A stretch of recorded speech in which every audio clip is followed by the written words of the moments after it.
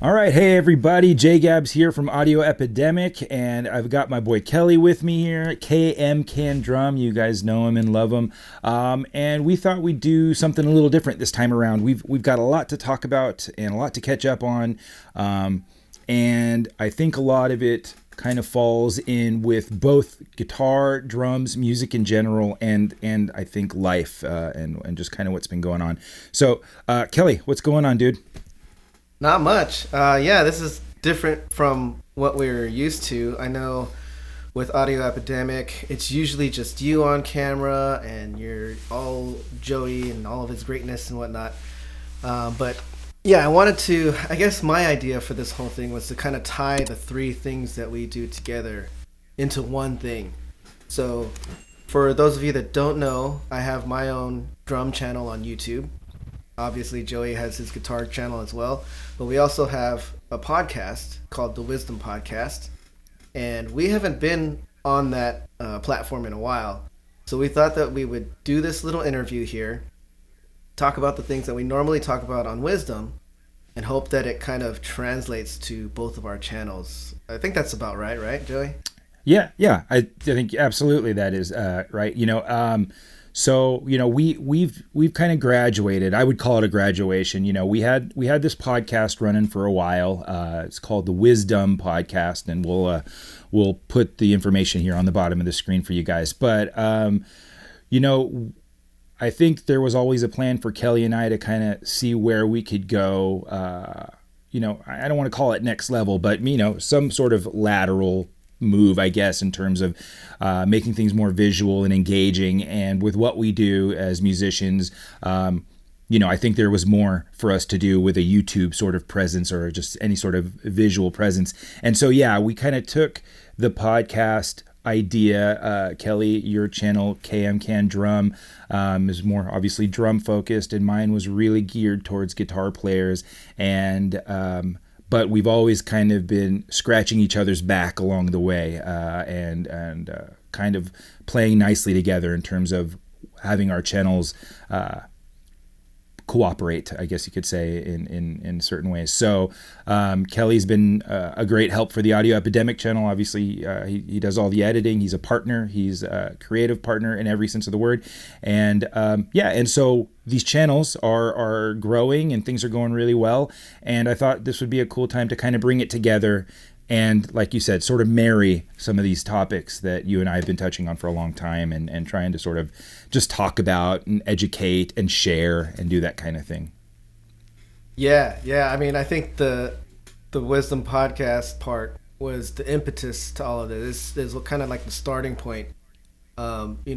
We'd always talk, but never on the reg. And then getting that podcast together where we could just, block out 2 hours a day, once a week, to just talk about random stuff. I think that really set the tone for what was to come. And I think like you said, the obvious next step would be to kind of use the tools that we're good at, you guitar, me drums. And not only that, but you're a professional photographer, you have all the great photo and video equipment and whatnot.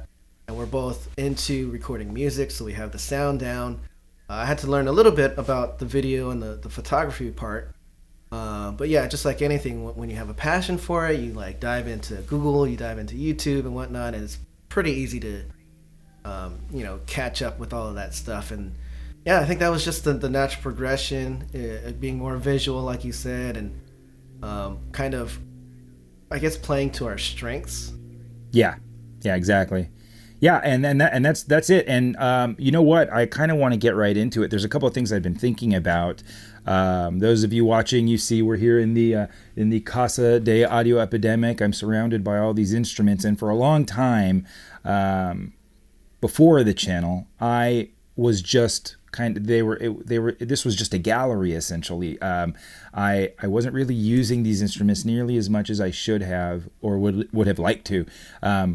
And so I think that was another thing that kind of pushed me into, this channel was a big deal for me because it got me back into loving my instrument more than I already did. I mean, I'd always been such a huge, guitar geek, but with life and things in general, I kind of, and I, like you mentioned, I got into photography and those other things. And so, yeah, I wavered a bit. But now with the channel, I'm back to practicing every day, almost 2 hours a day. I've been playing 30 years, and putting in that kind of time has been unbelievable and enlightening. And it's been neat to have this last year or so see kind of the progress I'm still able to make and enjoy and appreciate, and the challenges. But putting in 2 hours a day makes me feel like I was a kid again. That's what I did when I was younger. Gosh, I would put in hours and hours and hours. So I'm back to doing that. I'm back to showing my instrument the love it deserves. And I wanted to bring up something that I thought was really interesting. When I started practicing again, and I want to know if this is similar in the world of drums and maybe a lot of other instruments, but and guys, feel free to leave a comment below. Let me know, once we kind of get things going. I'd love to hear your feedback on this. But what I started doing, because I didn't really have a plan as far as, okay, well, it's time to start practicing. Am I just going to start running my scales again? Learning chords, learning theory, learning all these things, and I already had a fairly decent knowledge of all this stuff, but I obviously needed to brush up, and I obviously, you can never, ever know enough of that kind of thing. And so I just kind of started at any point. I started with scales just to kind of get the speed and the agility and work those calluses back into my fingers and build back that muscle memory. And that was really helpful. And, later on down the line, I joined a cover band, which was another huge step for me in terms of being able to play more often, but also being able to utilize a lot of the things that I was starting to practice and study again. So here's the interesting thing. Recently, I hit sort of I don't know if recently, but I've, on a few occasions, I've hit some pretty long, frustrating plateaus in my practice. And for the life of me, I couldn't figure it out, because I'd been really pushing myself and challenging myself, and just things weren't really going at the pace that I was happy with, and if at all. And so I actually saw a lot. Well, let me digress a little bit. A lot of what I was practicing were things I'd pick up on these YouTube channels. Another reason why I wanted to start Audio Epidemic was because I saw a lot of these really great channels, and I wanted to throw my hat in, and just kind of say, well, I think I might have a voice here and a point of view about guitar that I think people will want to hear. And so that's where that came from. So I still religiously watch a lot of these YouTube videos, the lessons and all kinds of things like that. And so this one particular video I saw, he mentions that one of the things that people forget to do when they practice the guitar, and I'm sure I'd like to know if this applies to, again, drums and other things, but is just play music, just play songs. Forget looking at the scales and the theory and all the little tricks and all that stuff, and then kind of go back to the music, the reason you wanted to play the guitar. Look at the people that inspire and influence your guitar playing, and go back behind that, see who influenced them and inspired them, and try to learn from all those things and learn the music. And that was interesting to me, because I'd say in this entire year, that was probably the one thing I did forget to do, aside from being in the cover band and playing the songs. The one thing I didn't do was to bother applying all these things I was learning and understand why and how and when and where to use all that stuff. And there's, I'm a very, I'm textbook. If I don't use it, I lose it. You know what I mean? And this was a clear case of that. And so I thought it was neat. The guy mentioned how, he made the analogy of being a poet, and, you can't just assume you're going to be a great writer or a great poet because you've memorized every word in the dictionary, And I thought that was exactly perfect. It was really speaking to me at the time that I heard this.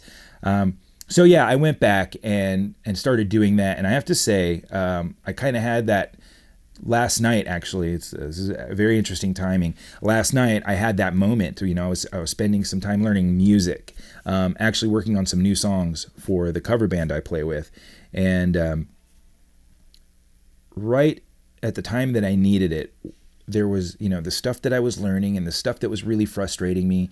And it happened, almost all of it happens to live in this one song that I'm learning right now. It's an old Night Ranger song called Don't Tell Me You Love Me. Really cheesy old rock song, but at the end of the day, as a guitarist, that song is a clinic. You know what I mean? All the stuff in there.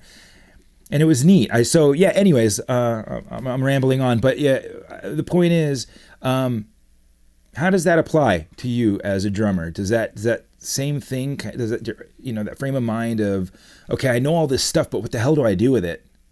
Do you practice music so much as you do technique and things like that?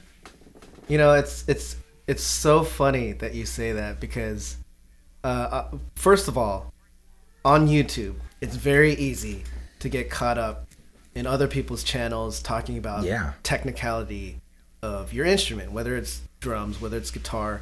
I know from editing a lot of your stuff and comparing it to other guitar channels, a lot of it is about just learning different techniques, learning different riffs, learning scales, learning anything you can technique-wise.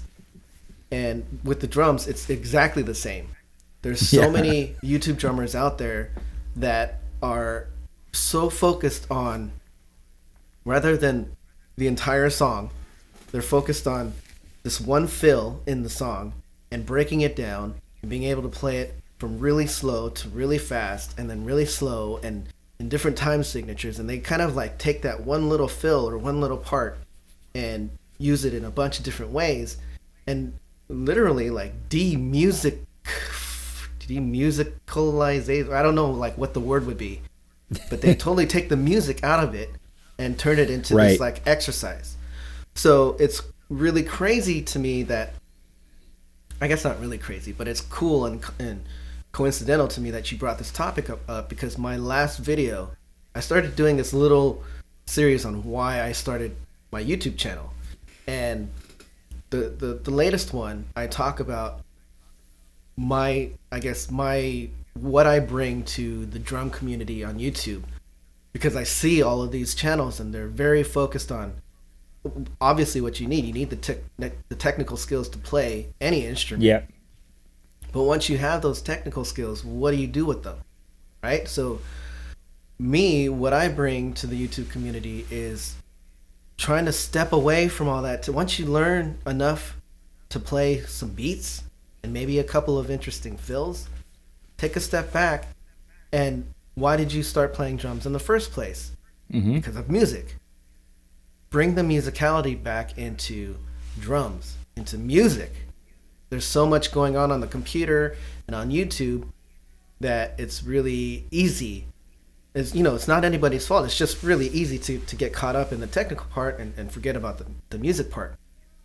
So my channel, I try to focus a lot more on the musicality of drums. Yeah, and that's cool. One thing that I kind of, now that you and I are older, it's cool that you're in a cover band.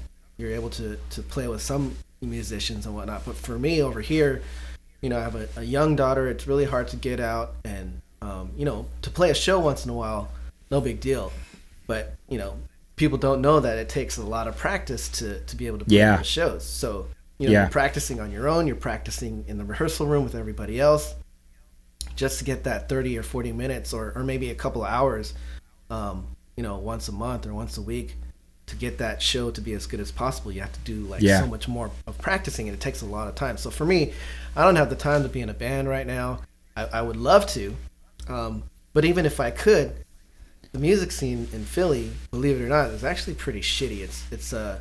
It's either hip hop or it's like really technical, like death metal or something like that. And I'm not really into either of those.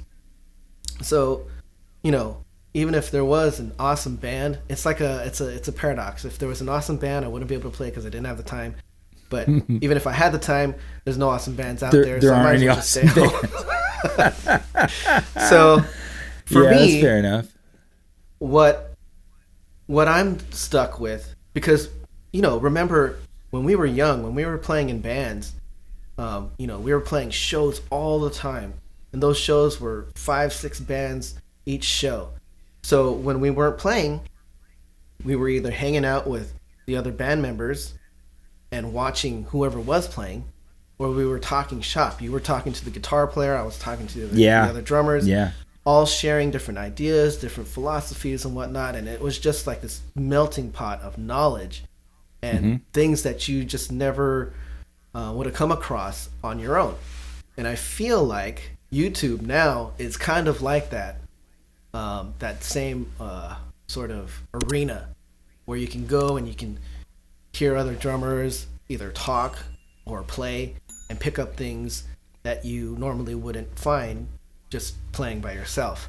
And that's kind of what I'm trying to do with my channel, is instead of actually showing somebody how to play a rudiment or how to play a fill, I'm more trying to get that person that's watching into the studio with me and explaining to them like the culture of drums, the culture of music, and how things were, and kind of just trying to replicate what it was like to be in the rehearsal studio or backstage before going, playing a show and whatnot.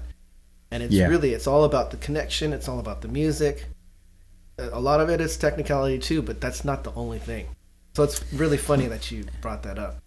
Yeah, it's interesting. Well, first I want to credit it's the Ben Eller channel, where this topic sort of kind of sparked in my mind.